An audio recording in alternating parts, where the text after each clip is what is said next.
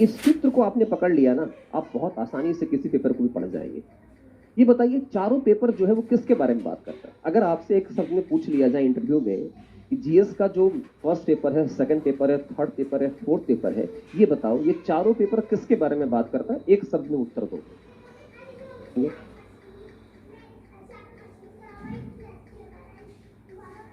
ठीक ही कह रहे हैं आप, लेकिन मैं आपसे भी एक कदम पीछे चलता हूं और मैं कहता हूं मानव से जुड़े हुए प्रत्येक पहलू के बारे में बात करते हैं। करते कि नहीं करते हैं? ठीक है। और इसी मानव के साथ किसका निर्माण होता है? समाज के बारे में। और इसी समाज में क्या होता है? उस समाज की अपनी भौगोलिक व्यवस्था होती है, उस समाज की अपनी सामाजिक व्यवस्था होती है, उस समाज की अपनी राजनीतिक व्यवस्था होती है, उस समाज की अपनी आर्थिक व्यवस्था होती है, उस समाज की अपनी पर्यावरणीय व्यवस्था होती है। उन सबका हम क्या करते हैं? अध्ययन करते हैं। इसका मतलब हम समाज के बारे में अध्ययन कर रहे हैं। लेकिन एक बात बताइए, ये समाज कौन सा है? क्या यह समाज का है या भारत का है? इसका है ये। इसका मतलब है जिस समाज का हम अध्ययन कर रहे हैं उस समाज का नाम है भारतीय। इसलिए एक सूत्र तो हमारे सामने निकल गया कि हमारा जो पाठ्यक्रम है वो पाठ्यक्रम इसके बारे में बात कर रहा है, इसके बारे में बात कर रहा है भारतीय समाज के बारे में। एक बात याद रखिएगा, किसी भी विषय वस्तु को पढ़ना है, दिमाग में रखना है, हम भारत के बारे में पढ़ रहे हैं। ठीक? तो जब हम इस सिलेबस की तरफ गौर करते हैं, भारतीय समाज के बारे में जब बात करते हैं, तो चारों पेपर को एक सूत्र में हम कैसे बांध दें? क्योंकि चारों पेपर किसके बारे में बात कर रहा है? अब हम क्या बोलेंगे, किसके बारे में बात कर रहा है? भारतीय प्रत्येक के बारे में बात कर रहा है। अगर इस दृष्टिकोण से अपने सिलेबस को पढ़ा जाए, हमारा उत्तर हमेशा संतुलित होगा। इस बात को याद रखा जाए। अब भारतीय समाज के बारे में कहा जा रहा है, तो अगर आप संपूर्ण सिलेबस को देखें तो मैं इस सिलेबस को कुछ अलग तरीके से देखता हूं। और मैं देखता हूं इसे किस रूप में देखता हूं? मैं आइडिया ऑफ इंडिया के रूप में देखता हूं। किस रूप में देखता हूं मैं? बोलेंगे आप सब?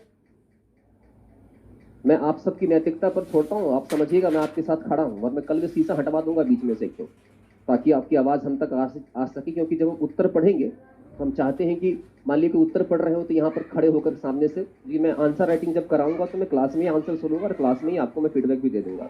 सबका नहीं सुनूंगा, मगर 2-4 का सुनूंगा। तो हम किसके बारे में बात कर रहे हैं? आइडिया ऑफ इंडिया के बारे में बात कर रहे हैं। अब समझिएगा आइडिया क्या है। जब हम बात करते हैं आइडिया का, तो आइडिया का मतलब होता है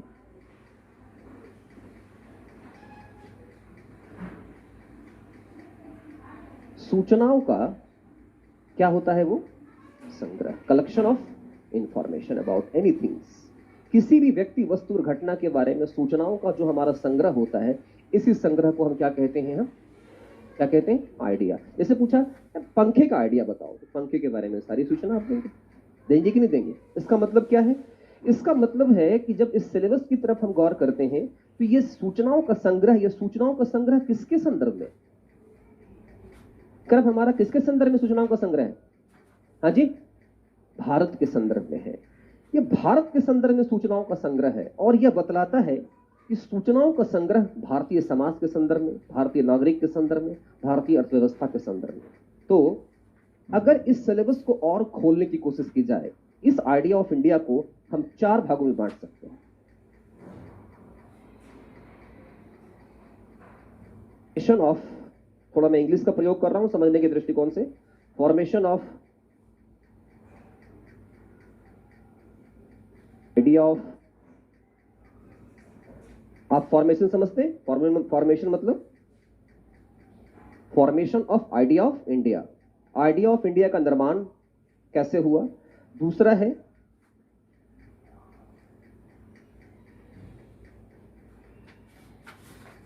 पी, शॉर्ट में बोलते हैं डिसीजन मेकिंग प्रोसेस, निर्णय निर्माण प्रक्रिया। आप चाहें तो इसको लिख लीजिएगा, DMP, डिसीजन मेकिंग प्रोसेस, निर्णय निर्माण प्रक्रिया। Decision making process of idea of India. क्या डिसीजन मेकिंग प्रोसेस है? आइडिया ऑफ इंडिया निर्णय कैसे लेता है, भारत निर्णय कैसे लेता है, इस विषय वस्तु पर हम सब क्या करेंगे? बात करेंगे। उसके बाद क्या है, तीसरे में हम आएंगे, क्या देखेंगे हम, तीसरे में देखेंगे डिसीजन मेकिंग प्रोसेस के बाद है रिसोर्स,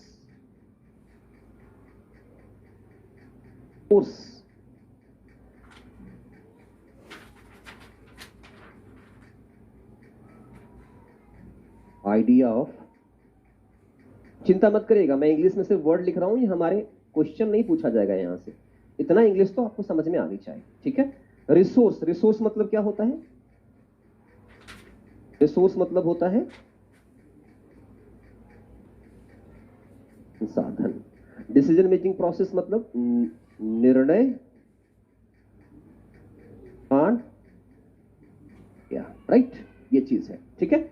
अब देखिएगा चौथा है, जो चौथा सबसे इंपॉर्टेंट हमारा है वो ये है कि इस आइडिया ऑफ इंडिया को, मैं हिंदी में लिख रहा हूं यहां पर,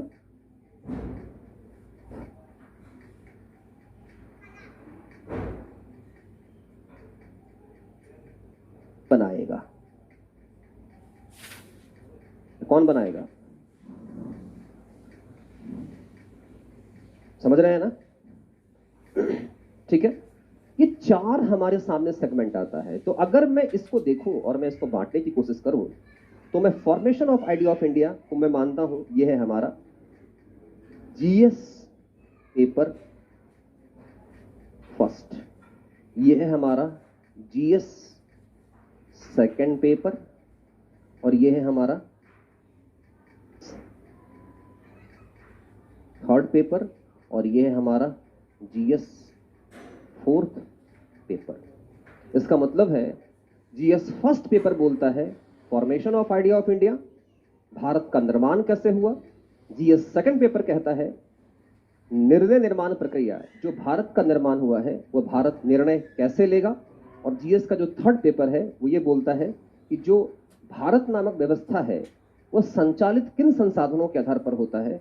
और फोर्थ पेपर कहता है कि तुम्हारे पास है इतिहास है, भूगोल है, एक राजनीतिक व्यवस्था है, अर्थव्यवस्था है, तकनीक है, पर्यावरण है, ये सब कुछ होने के बावजूद भी कौन भारत की स्थापना करेगा। क्या हर रिसोर्स हमारे पास उपलब्ध हो, लेकिन अगर हमारे पास उस रिसोर्सेस का प्रयोग करने वाला जो व्यक्ति हो वो बेईमान हो, तो कभी भी उसका सही सदुपयोग सुनिश्चित हो पाता है, हो सकेगा, सदुपयोग सुनिश्चित हो पाएगा। इसका मतलब है हमने पेपर को 4 डायमेंशन में बांटने की कोशिश की। इसका मतलब हमसे अगर कोई पूछे कि आपके सिलेबस को कितने डायमेंशन में बांटा जा सकता है, तो 4 डायमेंशन में बांटा जा सकता है। वो है हमारा GS first paper, formation of idea of India. आइए हम थोड़ा बारी बारी से इंट्रो दे रहे हैं। ऐसे जीएस का फर्स्ट पेपर जो है चलेंगे। जीएस का जो फर्स्ट पेपर है वो कैसे formation of idea of India के बारे में बात करता है। फॉर्मेशन आइडिया ऑफ इंडिया कहने का मतलब क्या है। जब आप जीएस फर्स्ट पेपर में जाते हैं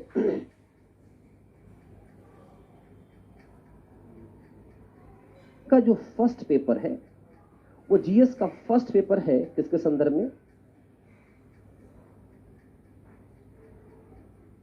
इसके फर्स्ट पेपर में पढ़ना है हमें कला और क्या पढ़ना है, संस्कृति ना, हमें पढ़ना है कला और संस्कृति। उसके बाद क्या पढ़ना है हमें, इतिहास। आप समझ रहे होंगे इतिहास। देखिए जो लोग आज नए रूप में, आज प्रारंभिक कक्षा है जिनके लिए, जो कि आज प्रथम दिन हमारे साथ जुड़े हुए हैं, जो ट्रायल क्लास में हैं, उनके लिए बहुत अच्छा अवसर है, एक शुरुआत है कि वो एक बिल्कुल ही एज ए बिगनर वो क्लास को स्टार्ट कर सकते हैं और चीज़ों को अपने साथ जोड़ सकते हैं। क्योंकि जब भी आप कक्षा प्रारंभ कर रहे हो तो कक्षा प्रारंभ करने के साथ साथ आपको उस विषय की, आपको आपके पाठ्यक्रम की सही समझ होनी चाहिए। तो ये आपके लिए आज एक कह सकते हैं कि यह अपॉर्चुनिटी है जिसको कि आप प्रयोग में लाइए। पहला हमारा है जीएस फर्स्ट पेपर में कला संस्कृति इतिहास। दूसरा क्या पढ़ना है हमें, पढ़ना है भूगोल। तीसरा क्या पढ़ना है, समाज को। अब जरा समझिएगा, जब देखते हैं तो सिलेबस में अब यहीं पर शायद मैं कुछ नवीनतम रूप में आपको चीजें समझा पाऊं नवीन रूप में। देखते हैं तो क्या दिक्कत है, लिखा हुआ है कला, संस्कृति, इतिहास, भूगोल, समाज, इसमें कुछ विशेष तो है नहीं जो कि हमें क्या करना है, इसमें कुछ दिखना है, लेकिन इसमें बहुत बड़ा रहस्य छुपा हुआ है, बहुत बड़ा सार छुपा हुआ है। इस चीज का सार छुपा हुआ है। मैं ज्यादा वक्त नहीं लूंगा आप सबका, सीधे सीधे मैं इस पर आऊंगा। जब आप सार के बारे में बात करते हैं, याद रखिएगा कला, इतिहास, भूगोल और समाज मिलकर ही किसका निर्माण करते हैं, राष्ट्र का निर्माण करते हैं। कि राष्ट्र की परिभाषा क्या है, भाग में। आइए हम इसको थोड़ा सा फ्लो चार्ट के माध्यम से समझने की कोशिश कर रहे हैं, ठीक है, समझते चलिएगा। जब हम बात करते हैं भूभाग, भूगोल में किसका अध्ययन किया जाता है, धरती का, भूभाग का। किसी भी भूभाग में रहने वाले या उसकी जनसंख्या होती है, उस जनसंख्या का जो इतिहास है और उसका जो सांस्कृतिक मूल्य है, ये 3-4 तत्व मिलकर किसका निर्माण करते हैं, राष्ट्र का निर्माण करते हैं। That is called nation. हम लोगों ने एक शब्द सुना है, नेशन, राष्ट्र। तो राष्ट्र क्या है, किसी भी भूभाग में उसकी रहने वाली जनसंख्या का जो सांस्कृतिक मूल्य होता है, उसका इतिहास होता है, उसकी जो समाज के अंदर विविध प्रकार के मूल्य होते हैं, इन सब का जो समायोजन होता है, इसी समायोजन को हम क्या कहते हैं, राष्ट्र कहते हैं। इसका मतलब एक बात जरा जाने, अगर हम इस राष्ट्र शब्द को समझना चाहें 1950 से पहले और 1950 के बाद, सिलेबस समझ जाएंगे, चीजें आपके दिमाग में आ जाएगी। ये बताइए 1950 के पहले, उत्तर दीजिएगा, अगर आप मेरी बात समझ गए होंगे तो आप बताइएगा 1950 के पहले था, भारत राज्य था या राष्ट्र था, क्या था, राष्ट्र या राज्य, हाँ राष्ट्र था। भारत दरअसल क्या है, 1950 के पहले क्या है, वो एक राष्ट्र है। क्यों नेशन है, तो एक सवाल उठ जाता है, क्या उठ जाता है कि दरअसल और जिसमें क्या अंतर होता है। अब ये सब बेसिक्स चीजें हैं जिसको कि आपको समझ में आनी चाहिए। इसका मतलब है हमारे सामने खड़ा हो जाता है 1950 के पहले जो भारत है, वो भारत क्या है, भारत राष्ट्र है, राज्य नहीं है। राष्ट्र हमने क्यों कहा, इसका मतलब समझिएगा। पहले ये जान लीजिए राज्य का तात्पर्य क्या होता है, आपको स्वतः समझ में आ जाएगा हम किसकी बात कर रहे हैं।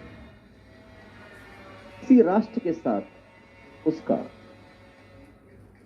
संविधान या हम कहें संप्रभुता जुड़ जाती है, वही दरअसल क्या कहलाता है, क्या कहलाता है, बोले क्या कहलाता है, राज्य कहलाता है। Right.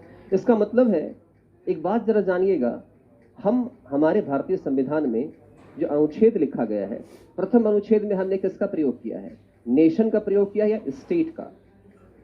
India is A union of state, नहीं। इसका मतलब है हम क्या देख रहे हैं कि राष्ट्र से किसकी तरफ निर्माण हो रहा है, राष्ट्र से हम किसकी तरफ बढ़ रहे हैं, राज्य की तरफ। तो राष्ट्र और राज्य में क्या डिफरेंस है, जब किसी भी राष्ट्र के साथ, जब उसकी अपनी संवैधानिक व्यवस्था, जब उसकी वैधानिक व्यवस्था उसके साथ जुड़ जाती है, तो उसी व्यवस्था को क्या कहा जाता है, राज्य।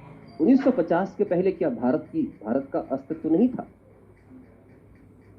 लेकिन 1950 से पहले भारत एक संप्रभु राज्य, 1950 से पहले भारत के पास एक संविधान नहीं है, उसकी संप्रभुता नहीं है, उसके पास अपनी कोई प्रभु विधि व्यवस्था नहीं है जिसके माध्यम से वो अपना संचालन कर सके।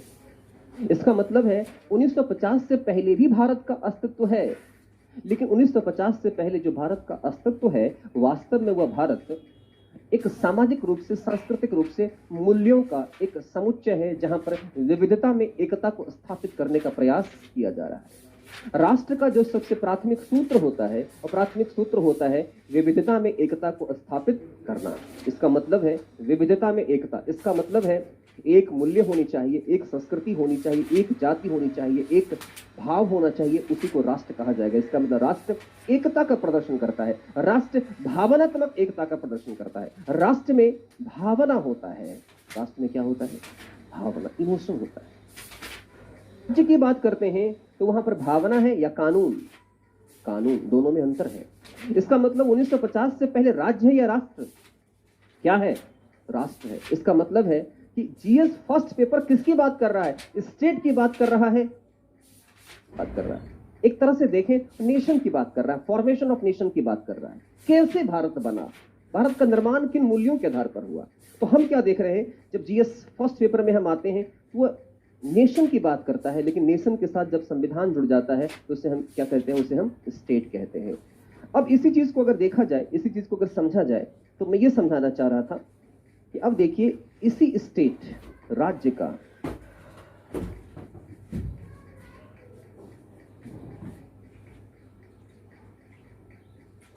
निर्माण प्रक्रिया होता है। हर स्टेट डिसीजन लेता है कि नहीं लेता है? लेता है। सड़क बनाता है, बिजली बनाता है, पानी देता है। अभी एक बार बताइए, इस क्लास में स्टेट डिसीजन ले रहा है कि नहीं ले रहा है? इस क्लास में स्टेट डिसीजन ले रहा है कि नहीं ले रहा है? बिजली कौन दे रहा है? शांति व्यवस्था किसने बहाल कर रखी है? हाँ जी। पानी कौन दे रहा है? नहीं। इसका मतलब है जो कुछ भी हम इस लोकतंत्र में देख रहे हैं, उन सब का संचालन भी कौन कर रहा है? कौन कर रहा है? राज्य। एक बच्चे के गर्भ में जन्म लेने से लेकर, एक बच्चे के गर्भ में एक स्त्री और पुरुष सिर्फ उस बच्चे को अपने, एक माँ अपने उदर में अपने बच्चे को जगह देने का काम करती है, लेकिन जैसे ही वह बच्चा उस माँ के गर्भ में अस्तित्व प्राप्त कर लेता है, उसके बाद से वह किसकी संपत्ति हो जाता है? किसकी संपत्ति होता है? कैसे संपत्ति होता है? कि राज्य उसी वक्त से, उसी समय से निर्णय लेना प्रारंभ कर देता है, और निर्णय प्रारंभ करते हुए क्या कहता है? कहता है माँ को आयरन की गोलियां खिलाओ, माँ को आयोडीन युक्त नमक खिलाओ, माँ को जननी सुरक्षा योजना के तहत विभिन्न प्रकार के क्या दो? आर्थिक मदद दो, विभिन्न प्रकार के जो स्वास्थ्य संबंधी निःशुल्क सुविधाएं उपलब्ध कराओ। ये सारे निर्णय कौन ले रहा है? तब है। और जब इस संसार में एक बच्चा जन्म लेता है, फिर वो बढ़ता है, पलता पूछता है, वह नौकरी करता है, शिक्षा ग्रहण करता है, वह मैरिज करता है। जन्म के बाद दूसरा संस्कार किसका होता है? विवाह का संस्कार होता है। तो विवाह भी करते हैं तो विवाह का पंजीकरण कौन करता है? का निर्णय कौन ले रहा है? ले रहा है, राज्य ले रहा है। और विवाह के पंजीकरण के बाद विवाह तोड़ना भी है तो उसका निर्णय कौन ले रहा है? राज्य ले रहा है। नहीं। और विवाह के पश्चात अगर हम ये देखें कि जब इस संसार में प्रत्येक व्यक्ति को पैदा होना है, इस संसार का सबसे परम सत्य है। जिस तरह से जन्म एक सत्य है, उसी प्रकार से मृत्यु कटु सत्य है, जिसको कि मनुष्य स्वीकार नहीं करता। प्रत्येक व्यक्ति को पैदा होना है हम सबको एक दूसरे के साथ। और जिस पल इस बात को हम अपने संज्ञान में रखें, अपने ख्याल में रखें, मनुष्य कभी भी गलत काम नहीं करेगा, किसी के प्रति भी क्रोधित नहीं होगा, किसी के प्रति भी वह विषाद में नहीं आएगा, वो चीजों को जीने की कोशिश करेगा। और जब इस संसार से विदा हो जाता है तो मृत्यु का भी पंजीकरण कौन करता है? करता है? राज्य करता है। इसका मतलब है, कहते हैं राज्य गर्भ से लेकर कब्र तक आपका पीछा करता है। इसका मतलब राज्य गर्भ से लेकर कब्र तक डिसीजन लेता है, हमारे लिए निर्णय लेता है, कम वक्त मरने के बाद भी नहीं छोड़ता है। इसका मतलब क्या है कि राज्य डिसीजन लेता है तो हर स्थिति में, हर पल निर्णय ले रहा है। एक बात बार बताइएगा, उत्तर दीजिएगा, बीच बीच में मैं आपसे पूछता रहूंगा ताकि आप इस विषय के साथ अपनी तारतम्यता बनाए रखें। 1950 से पहले जो भारतीय समाज है वो किस रूप में है? राज्य के रूप में, राष्ट्र के रूप में। लेकिन 1950 के बाद यही राष्ट्र किसमें परिवर्तित हो रहा है? और राज्य का प्रमुख लक्षण क्या है? विधान। और राष्ट्र कैसा है? राष्ट्र एक वैधानिक शब्द है या भावनात्मक? कैसा शब्द है? राष्ट्र कहने से इमोशन आता है। भारत एक राष्ट्र है, इमोशन आता है। लेकिन भारत एक पूर्ण राष्ट्र नहीं है। क्यों? राष्ट्र का जो सबसे प्रथम सूत्र है, प्रथम अपने आप में शर्त है, वह शर्त है कि विविधता में क्या होनी चाहिए? एकता। इसका मतलब भारत ने विविधता में एकता को प्राप्त नहीं किया है, इसीलिए भारत जैसे राष्ट्र को कहा जाता है this is a progressive nation. मतलब ये राष्ट्र के निर्माण की तरफ बढ़ रहा है। हम एक दिन उस विविधता में एकता को ग्रहण कर लेंगे।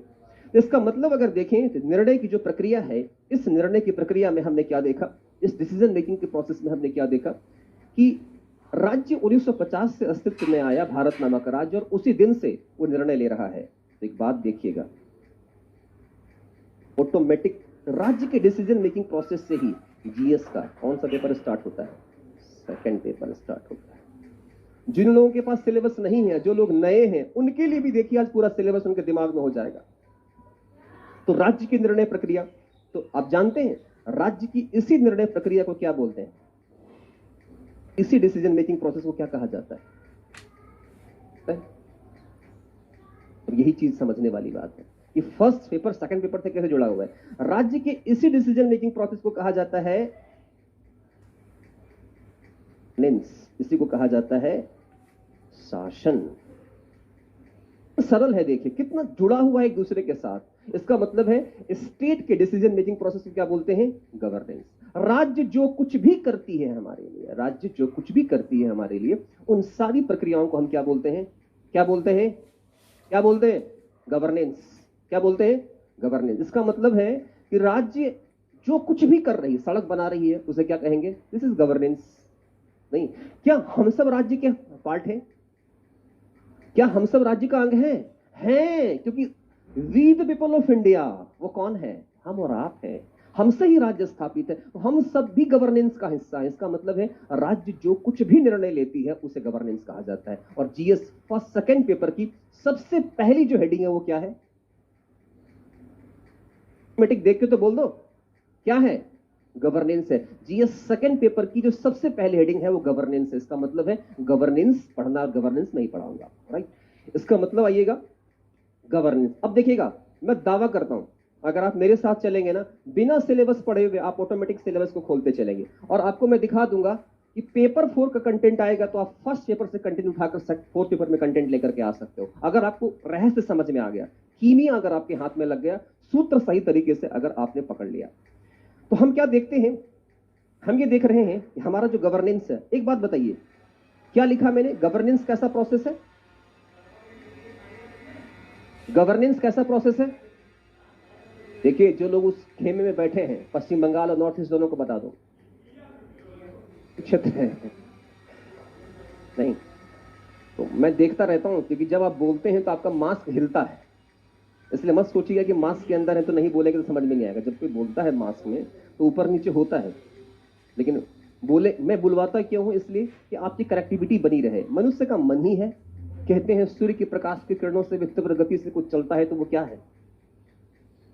सूर्य की किरणों को पृथ्वी पर आने में कुछ समय लगता है, लेकिन बैठे बैठे भी स्विट्जरलैंड चले जाएंगे आप। किरणों को भी आपके उस प्रियतम के घर में या प्रियतमा के घर में पहुंचने में वक्त लगेगा, लेकिन अभी बैठे बैठे देखिए, मैंने नाम लिया, पहुंच गए होंगे। खतरनाक है आपका मन। और पेपर 4 की एक सबसे बड़ी शर्त क्या है? थोड़ी सी भी आपकी के दिमाग का संकेंद्रण, आपके दिमाग की कॉन्टिन्यूटी थोड़ी सी भी भंग हुई, एक पॉइंट, एक बात आप गौर कर रहे हैं, इतने में कुछ भी चीजें मैंने आपको रटाने के लिए कहा है, करेक्ट है। एक चीज उठाएंगे, ऑटोमेटिक दूसरा चीज खुलता चला जाएगा। पेपर 4 यही है, एक पॉइंट अगर मिस किया, अगला आप पकड़ नहीं पाएंगे। खेल है और इतना इजी है, इतना इजी है कि इसको पढ़ लेने के बाद एक बात याद रखिएगा, फिर आपको कभी रिवीजन की जरूरत नहीं पड़ेगी। एग्जामिनेशन के 15 दिन पहले पढ़िएगा, बस समझते चलिएगा। और सबसे अच्छी बात, इतिहास, ज्योग्राफी, इंडियन पॉलिटी की तरह कोई फैक्ट नहीं है। जीवन के बारे में बात है, हमारे और आपके बारे में बात है। और जीवन को समझना जीवन में हर व्यक्ति का मकसद होता है। आप चाहे आईएएस ऑफिसर भी बन जाएंगे, आईपीएस ऑफिसर भी बन जाएंगे, अंततः आपके जीवन का एक लक्ष्य यही रहेगा, जीवन को समझें। और ये अपॉर्चुनिटी है, ये विषय भी है, और ये अपॉर्चुनिटी है कि जीवन को समझना हर व्यक्ति का लक्ष्य भी है। तो हमने कहा डिसीजन मेकिंग प्रोसेस है। राज्य के निर्णय निर्माण प्रक्रिया को क्या बोलते हैं? हम गवर्नेंस कहते हैं। अब देखिएगा, एक बात बताइए, डिसीजन मेकिंग प्रोसेस है, ये कैसा प्रोसेस है? DMP making process. लेकिन बताइए, ये निर्णय कौन ले रहा है? कौन ले रहा है? लेकिन एक बात बताइए, राज्य जो निर्णय लेगा, वो निर्णय किसके आधार पर लेगा? किसी औपचारिक आधार पर लेगा या अनौपचारिक आधार पर? औपचारिक या अनौपचारिक? औपचारिक। किसी धर्म के आधार पर या किसी संविधान के आधार पर? तो वो औपचारिक आधार क्या है? औपचारिक आधार है, औपचारिक आधार क्या है? अब बताइए, सेकंड पेपर में अगला टॉपिक क्या होगा? क्या होगा? निकल गया। फर्स्ट टॉपिक क्या है? बोलो। तो स्टेट के डिसीजन मेकिंग प्रोसेस को क्या बोलते हैं? पूछ रहा हूं, बोलो। देखो मैं जब पूछता हूं तो इसका मतलब सबको बोलना है। स्टेट के डिसीजन मेकिंग प्रोसेस को क्या बोलते हैं? राज्य जो कुछ भी हमारे लिए करता है उसे क्या बोलते हैं? गड़बड़ हो गया, रट्टा मल तो कई लोग संविधान बोल दिए। राज्य जो कुछ भी निर्णय लेता है उस प्रोसेस को क्या बोलते हैं? स्टेट के डिसीजन मेकिंग प्रोसेस को क्या बोलते हैं? गवर्नेंस। नहीं, इसका मतलब गवर्नेंस जिस आधार पर निर्णय लेता है उसे क्या कहते हैं? इसका मतलब गवर्नेंस का संचालन किसके आधार पर होना चाहिए? समझ में आ रहा है? अब एक बात बताना, इसका मतलब है इस औपचारिक आधार पर निर्णय लेने वाली एक व्यवस्था होगी। इसी व्यवस्था को कहा जाता है राजनीतिक था। और इसी की स्टडी कहां की जाती है? कहां की जाती है? क्या लिखा है मैंने? पॉलिटी में की जाती। आप सबको पीछे दिख रहा है ना? कोई दिक्कत तो नहीं हो रहा है? हो रहा है? आप लोगों को कोई दिक्कत तो नहीं हो रहा है? सही है ना? इसका मतलब है कि जो निर्णय लेने वाली व्यवस्था है वो व्यवस्था क्या है? हमारी पॉलिटिकल सिस्टम। नहीं, 11 बजे तक है तो अभी है हमारे पास 7 मिनट समय है, 2 मिनट समय है हमारे पास, ठीक है? तो इसी व्यवस्था को हम क्या बोलते हैं? पॉलिटिकल सिस्टम कहते हैं। अब एक बात समझिएगा कि एक बात आप फटाफट उत्तर दिए, फिर से चलते हैं। राज्य के निर्णय लेने की प्रक्रिया को क्या बोलते हैं? गवर्नेंस किसके आधार पर डिसीजन लेगा? और संविधान के आधार पर निर्णय लेने वाली व्यवस्था को क्या बोलेंगे? पॉलिटिकल सिस्टम बोलेंगे। और उसकी पॉलिटिकल सिस्टम की स्टडी किस विषय में की जाती है? और एक बात बताइए, इस निर्णय का फल क्या होगा? बताओ यार, दिमाग लगाओ, एक शब्द में उत्तर आ जाएगा। न्याय। न्याय आ जाएगा। अगला टॉपिक क्या आ जाएगा? सामाजिक प्रेम। कुछ भी चीज रटना है या समझना है? जब विषय वस्तु एक दूसरे के साथ जुड़ रहा है तो विषय तो जरूर जुड़ता होगा। इसका मतलब यदि कोई विद्यार्थी गवर्नेंस पढ़ रहा है तो उसे कॉन्स्टिट्यूशन से जोड़ना चाहिए, कॉन्स्टिट्यूशन पढ़ रहा है तो गवर्नेंस से जोड़ना चाहिए, जस्टिस पढ़ रहा है तो उसे पॉलिटी, गवर्नेंस और कॉन्स्टिट्यूशन तीनों से जोड़ना चाहिए। यही कलाकारी जो सीख लेता है वो मार्क्स ले आता है और खेल खेल के यूपीएससी निकाल देता है। और जो कलाकारी नहीं सीखता है वो रट्टाफिकेशन मारता रहता है, उससे यूपीएससी का मेंस क्रैक नहीं होता है। समझ में आ रहा है कि नहीं आ रहा है? तो मैं सिलेबस की चर्चा क्यों कर रहा हूं? सेकंड पेपर में पॉलिटी और गवर्नेंस और जस्टिस का भी कुछ सेक्शन किसे पढ़ाना है? मुझे पढ़ाना है। और पेपर 4 भी मुझे पढ़ाना है। तो बड़ा सेक्शन है, तो सिलेबस का कोरिलेशन भी आपको आना चाहिए। अब इसी में एक लास्ट पॉइंट बता दीजिए मुझे, फटाफट बताओ। मैंने क्या कहा? उत्तर देना। मैंने क्या कहा? राज्य जो कुछ भी निर्णय लेता है उसे क्या बोलते हैं? तो ये जो राज्य है इसका नाम क्या है? ओके, राज्य का नाम क्या है? हाँ, भारत। उत्तर प्रदेश मत बोल देना। क्या नाम है? इसका मतलब भारत की सरकार जो कुछ भी निर्णय लेती है उसे क्या बोलते हैं? हाँ जी, गवर्नेंस। और गवर्नेंस का आउटकम क्या होना चाहिए? सोशल आउटकम मींस प्रतिफल क्या होना चाहिए? इसका मतलब है पॉलिटी और कॉन्स्टिट्यूशन में जो भी प्रश्न लिखा जाना चाहिए उसके उत्तर में कंक्लूजन किस टॉपिक से लेना चाहिए? सोशल जस्टिस से। एक बात बताना, क्या भारत का निर्णय सिर्फ भारत से प्रभावित है या भारत के पड़ोसी देशों से भी? भारत के पड़ोसी देशों से। तो भारत के पड़ोसी देशों से जो निर्णय प्रभावित है उसे ही कहां पढ़ते हैं हम? आई। तो जब हम भारत के निर्णय को पढ़ रहे हैं तो कहते हैं भारतीय शासन। और जब हम भारत का संबंध अन्य देशों के साथ करेंगे इसे क्या कहेंगे? Global governance. नाम सुना होगा शब्द, वैश्विक शासन। क्या बोलते हैं इसे? Global governance. इसका मतलब आईआर किसकी स्टडी है? इंडियन गवर्नेंस की या ग्लोबल गवर्नेंस की? राइट। कल याद दिला देता हूं, कल लेकर के आएंगे आप लोग। पहला सिलेबस, दूसरा, तीसरा आंसर राइटिंग फॉर्मेट के लिए कॉपी, और चौथा मोबाइल खोलकर रखना है, ठीक है? कल से ही बैक ईयर क्वेश्चंस आपके पास सिलेबस होना चाहिए। मैं बता दूं, अभी 4 दिन तक, लगभग 3 दिन तक